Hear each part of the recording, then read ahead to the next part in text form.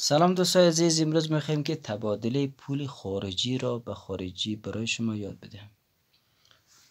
با استفاده از ریاضی میتوانید که تمامشان را حل کنیم.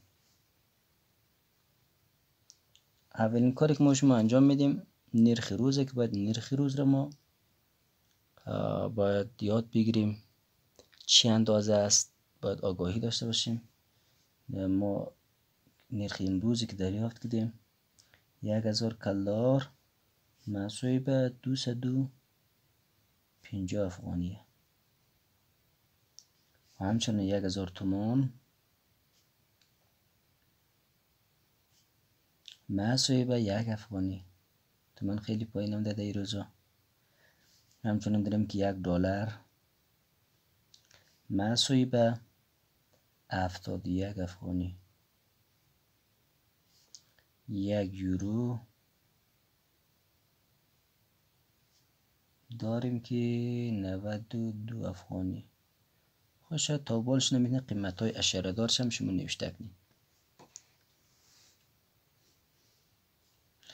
خب فعلا ما کار کردیم که در یک ستون کلش پول افغانی پول خود کشور از مایه، در یک ستون دیگهش پول خارجی کلدار، تومان، دلار، یورو. ایران معادل به 1 افغانی کلش دریافت. 1 افغانی مساوی اینجا نوشتن که کلدار، بعضی نوشتن که تومان، بعضی نوشتن که دلار، بعضی نوشتن که یورو. خب زمانی که نوشته عالی ما کار کنیم که 1 افغانی چند کلدار میشه، 1 افغانی چند تومان میشه، 1 افغانی چند دلار و چند یورو میشه.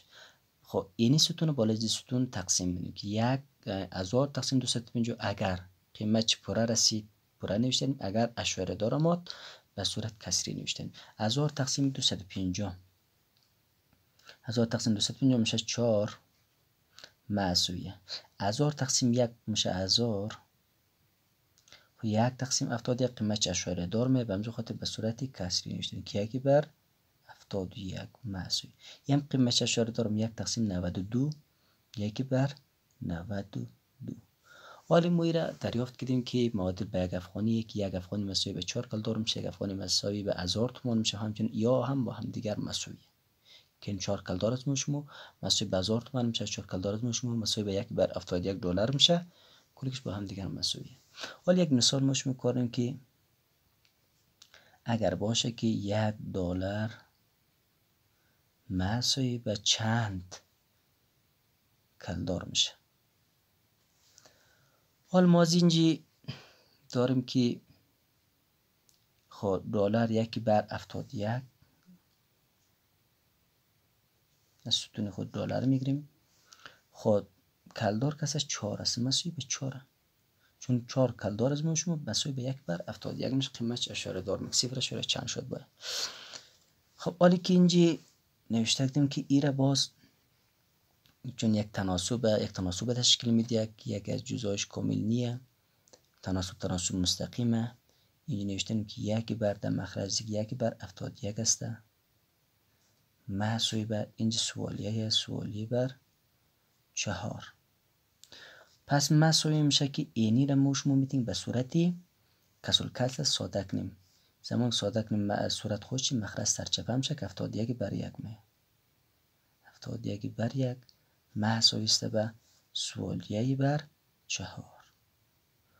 تا این سر ما شما فهمیدیم که این را ساده کنیم که این قسم هم ده. ولی در نتیجه ما شما با استفاده از طرفین و وسطین میتونیم که طرفین و وسطین میتونیم که اجرا کنیم حل کنیم. خب اول کسته وسطین ضرب به خاطر یک سوالی از ما شما اول نوشته خب در یک ضرب سوالی خود چی میشه؟ خود سوالی مساوی 4 ایر ضرب از این که 1 4 ضرب 1 مساوی به 4 ضرب 8 میشه 28. پس سوالی از ما شما دریافت شد که 284.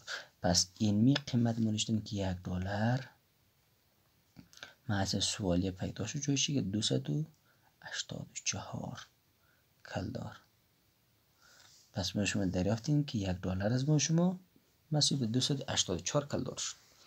حالا یک مثالی که کستومر هم کرد خیلی کم ارزش داره، نوشتن که 1 دلار از ما شما می‌بینید که نرخ‌های متفاوت باشه، می‌بینید که دلارهایی که قیمتاش زیاد باشه، می‌تونید با استفاده از این فرمول قیمت $1 می‌بینید که $1000 نوشته، $5 $10 هر چیزی که دلشون خواست می‌بینید که نوشته کنین و تبدیل کنین.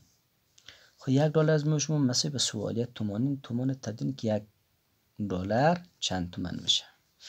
پس امیر نوشتن که 1/71 است، مساوی به تومان است 1000. خب یک تناسب مستقیم تشکیل ده که میده که 1 در مخرج 1/71 است، مساوی به سوالیه بر 1000. خب تا سر ما شما فهمیدیم. حالی مساوی نوشتنیم که خب به صورت کسر بازم تبدیلیم که 71/1 میشه، کسر اول خودش کسر سرچپه میشه که 71/1 سوالیه بر 1000، چون یک از مخرجایش کسری نیه محسوب است. باز هم کسر طرفین وسطین استفاده تا جواب سوالی از مشمو دریافت میشه که 1 ضرب سوالی خود چی؟ محسوب است 71 ضرب 1000 میشه 71000. 71000. پس مشمو نوشتنیم که $1 محسوب است به 71000 تومان. $1 از مشمو 71000 تومان. احتمال داره که سر فرق کنه و قیمت های تابال داشته شه. میتونید که نرخایی که اینجا نوشته کدوم $1 جمع $1 شما میتونید که از این بیشتر نوشته کنید، $10 $1000 $10,000 میتونید تبدیل کنید. امیدوارم که برای شما مفید و قشته باشه دوستان عزیز. تا دیدار بعد، خداحافظ.